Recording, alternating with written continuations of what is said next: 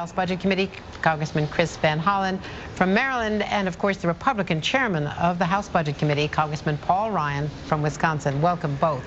First of all, to you, Chairman Ryan, what do you think that the line item veto could accomplish, and how can you get it passed? Well, we're not suggesting it's going to fix all of our fiscal problems, but what Chris and I think this will help do is help change the culture of spending here in Washington that both parties have been a party to.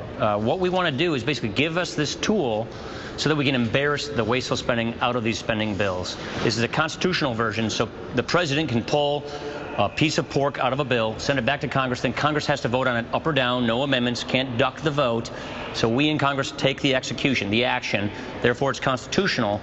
But this is a way of embarrassing pork out of the bills in the first place and getting after it if it's been put in there afterwards. And again, both Republicans and Democrats have messed up this system. They have given us a lot of wasteful spending, and we think this is a good tool that both of us agree on going after that wasteful Washington spending. And we want to show that we don't always go at each other's throats around here. We can actually agree on some things, and this is one of those things we agree on. I think we're all going to, post shots of the two of you standing next to each other, because usually people are firing salvos from opposite corners. But first of all, Congressman Van Hollen, in June of 1998, the Supreme Court, as you well know, struck down a previous attempt. It was during the Clinton years. Justice Anthony Kennedy, in a concurring opinion, wrote that failure of political will does not justify unconstitutional remedies, meaning that failure to pack the budgets. It was a 6-3 decision. The court ruling, the majority opinion, was delivered by Justice Stevens at the time. So why would this be constitutional? I think Congressman Ryan was getting to the point that there is another congressional vote that would follow the line item veto. Is that the remedy that you think makes this version legal when others have been all knocked down?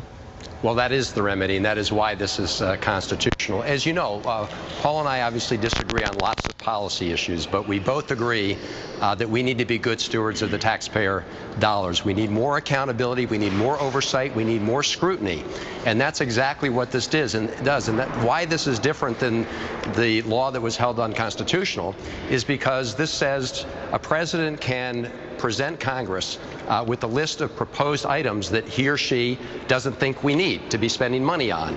Under this version, Congress then acts, and by a majority vote can say to the president, we agree or we disagree, but we make sure Congress acts. We believe Congress has a responsibility to take a position up or down on whether or not that spending is something that the country needs or does not need.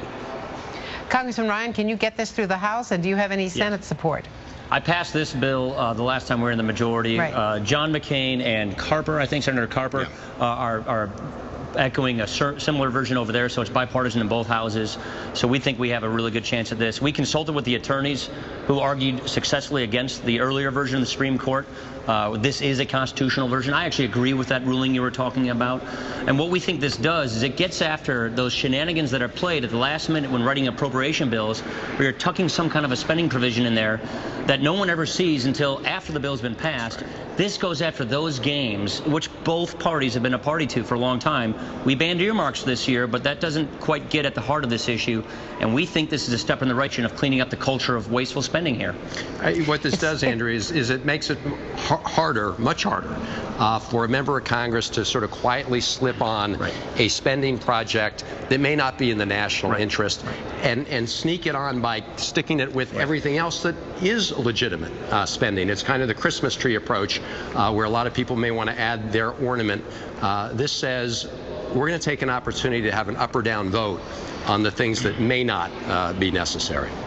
Now that I've got you both there, more or less captive audience, you've agreed on the line item veto. Obviously, this is a proposal you're making together. How about that payroll tax? Can we work something out about the payroll tax right now? Congressman Ryan? Well, I think so. We're in discussions about that. We want to pay for it. This was meant to be a temporary tax rebate. I don't think the economics really add up on it as far as creating jobs, but I'm all for letting people keep more of their own money. You think it's a sugar high? Yeah, I mean, it's temporary. It doesn't really do anything. I do, but of course I like the idea of people keeping more of their own money. And if I get a chance at cutting wasteful spending to let people keep more of their own money, that to me is 2 steps in the right direction. We have to watch making this permanent, though. If we do that, then we're accelerating the bankruptcy of Social Security, or were complicit with general fund transfers into Social Security, which basically turned it into a cash welfare program, which I don't think any conservative or liberal would be in favor of.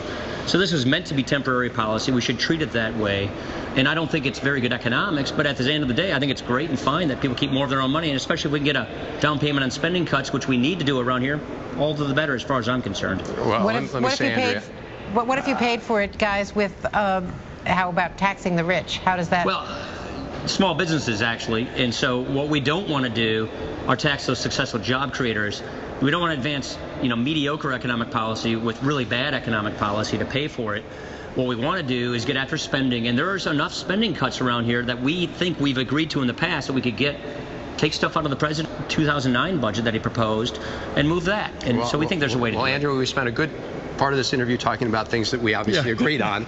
Now you've got an area of disagreement. I think it's very important when we have a real fragile economy that we have today that we not take more money out of people's pockets. We need people to have that income to go out and spend on goods and services so small businesses can sell those goods and services and hire more people. So I think it's very important. It should be temporary. It should be designed during this period when we have a very fragile economy.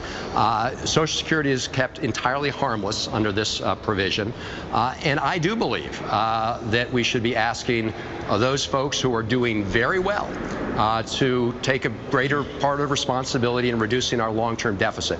But those are areas that we're going to be debating in the days ahead. I am pleased that we're able to come together on this important measure. As Paul said, we agree this is going to solve the deficit problem, but it is a very important measure in sending a signal that we're going to try and get rid of the wasteful spending, unnecessary spending, and increase accountability in the system. So let's focus for a moment on what we think is an important measure that we agree on.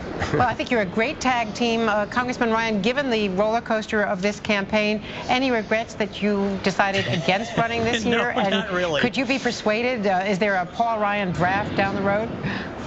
Look, you've already passed the filing deadlines. I've had people show me the deadlines. They're already passed, Andrea. The field is set. Checked the it is what it deadlines, is. so it was a I haven't checked deal. it. I've been told of the deadlines. I didn't check the deadlines. So you know. So it's Come on, it's done. not too late, Paul. It is too late. So let's just get on with this. Well, you guys work that out and give us a call. But always happy to have you back. It's great to see you together. Thank you so much, Paul Ryan. Good to see you. Thank you, Chris Van Hollen.